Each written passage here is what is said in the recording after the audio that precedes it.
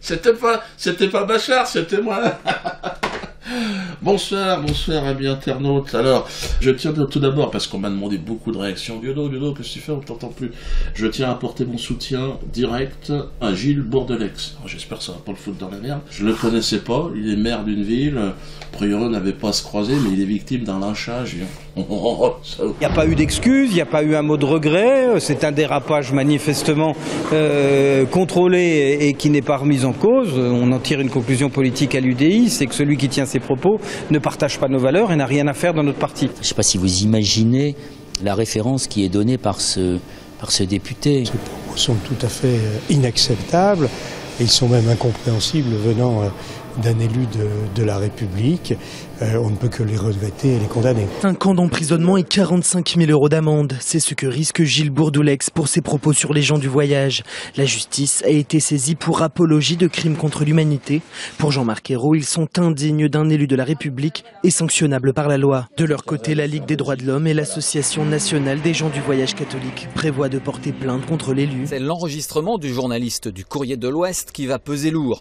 Le maire de Cholet estime qu'il s'agit d'un montage. Faux, rétorque le journal, qui a décidé de porter plainte pour diffamation et injure, Gilles Bourdelex ayant traité le journaliste de petit merdeux, à qui il donnera une paire de baffes. Et je rappelle aussi qu'il s'agit d'un journal, le Courrier de l'Ouest, qui vient de perdre 2 procès contre moi et qui est en train de vouloir me faire la peau. Ça dure depuis des semaines, depuis des mois. Et là, on est exactement dans une manipulation, dans un montage. SOS Racisme, la Ligue des droits de l'homme, l'Association nationale des gens du voyage catholique ont annoncé qu'ils porteraient plainte contre Gilles Bourdelex, également pour apologie de crimes contre l'humanité.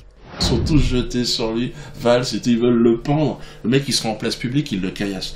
Donc, je me suis intéressé à son histoire. Alors, apparemment, ce qui s'est passé, qu'il était face à des gens qui faisaient un salut nazi. Et lui, il va répondre, comme quoi Hitler n'en a peut-être pas tué assez. Bon, alors évidemment, la chute n'est pas terrible, mais bon, hein, il paraît évident qu'il répondait aux gens qui étaient en face de lui. Hein, d'autant que ce sont des propos tenus en off. Normalement, le journaliste, il avait dit, non, c'est bon, je répéterai pas. Ouais. Puis il a enregistré, mais bon, évidemment, il n'a pas parlé du contexte, hein. Et puis alors, le 2 poids 2 mesures. Qu'est-ce qu'on reproche à cet homme? Vous vous souvenez de Patrick Timsit, ce qu'il a raconté? Oh, et lui, c'était pas en off, hein. Vous allez me dire, Diodo, t'es focalisé sur Fifou. Souvenez-vous ce qu'il a dit. Hitler était un génie. Devant 2000 personnes. Hitler était un génie. Hitler a du génie? Putain, ça veut dire quoi, ça, Hitler a du génie? Pourquoi Bourdelex, tout le monde veut le lyncher? Patrick Timsit, il le dit à la télé. Hitler a du génie, ça gêne personne. Merde. Alors bon, heureusement, il a une carte de membre. C'est pour ça que ça lui a permis à Patrick de rester à la télé. Mais vous vous rendez compte, il faut être juif pour parler aujourd'hui. C'est quand même dingue. Alors, en parlant de juif, il y en a un autre aussi qui est énervé, là, Pierre Moscovici. Alors lui, bon, Dieudonné véhicule des valeurs contraires à celles de la République. Mais je te pisse à l'arrêt, moi, qu'est-ce que tu racontes, toi? Moscovici demande aux élus de trouver tous les moyens possibles pour faire annuler mon spectacle. Il est ministre, le mec! Il m'envoie des papiers, on paye des impôts, machin, de l'autre côté, je peux pas que je bosse. C'est quoi ces conneries, là? Alors, la leçon de morale de Pirot, hein, qui n'est pas pédophile, quand même, n'exagérez pas. Hein. Alors, pas pédophile au sens strict du terme, non, parce qu'il vit avec une fillette qui pourrait être sa petite fille. Ils ont 40 ans d'écart, ou 60, je crois.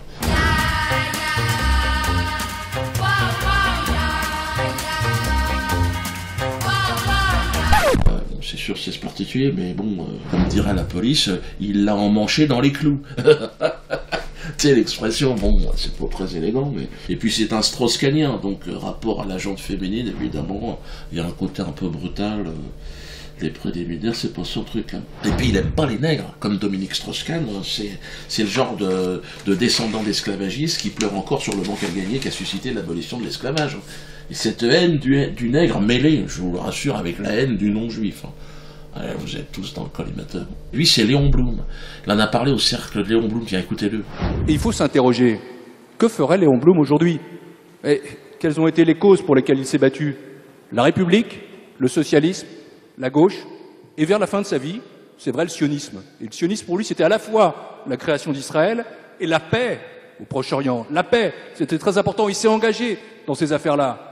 Et donc, pour faire respecter Léon Blum, soyons dans tout ça.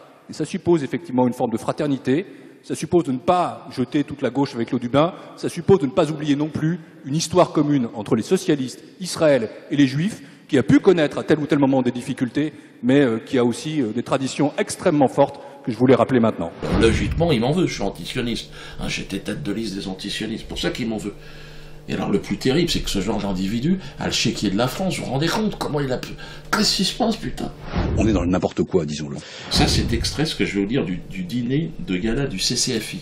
Ah, c'est une organisation de mafia. Enfin... Et ouvrez bien vos oreilles, écoutez bien ce qu'il va dire. Et là, on est en 2013, hein, en avril 2013. Grâce aux entreprises françaises, je l'espère, Moïse sera vengé.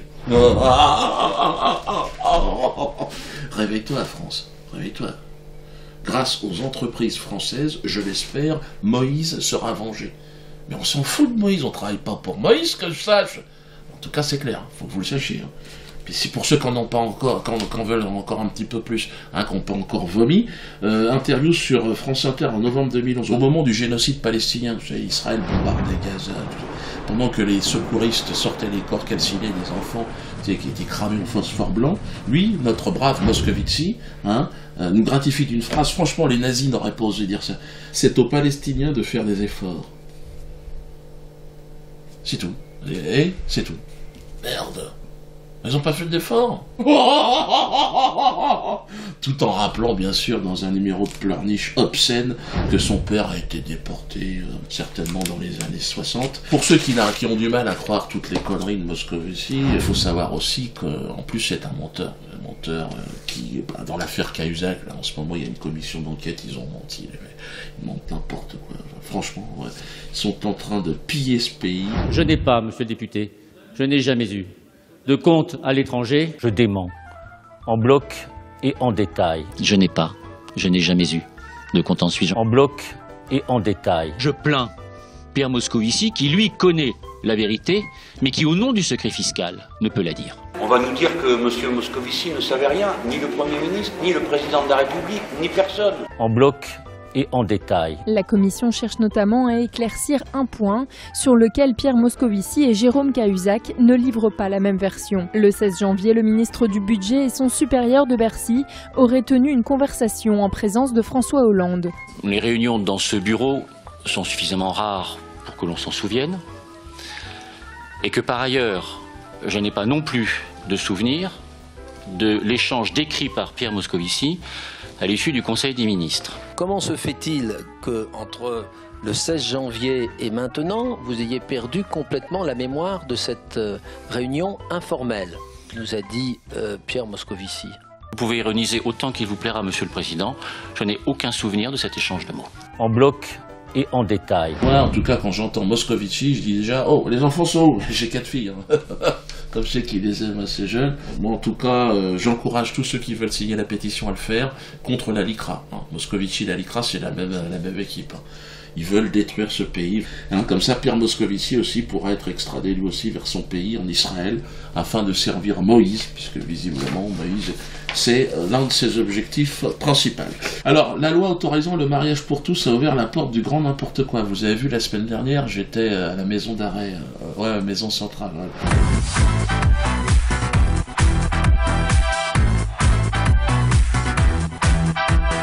Mais bon, nous, saltimbanques, nous ne sommes pas là pour juger une loi en vigueur. Hein. À présent, place au spectacle, place aux professionnels, place à la rigolade.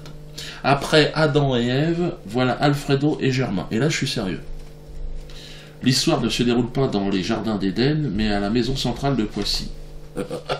100 ans après avoir séparé l'Église de l'État, le pouvoir laïque, hein, le pouvoir de la LICRA, se devait d'instaurer un nouveau socle moral. Pour les masses, hein, pour les connards dans notre genre. Le mariage pour tous couronne l'avènement de la religion laïque. Le mariage de Germain et d'Alfredo en est le symbole le plus lumineux. Quoi de plus beau, hein, que 2 détenus, 2 exclus du système, promis en d'autres temps à une mort certaine, hein, propulsés par amour, jusqu'au sommet, comme ça, de la pyramide de la morale. Oh. Ce mariage représente le point de départ d'une nouvelle ère. Je le pense sincèrement. La morale d'hier n'est plus...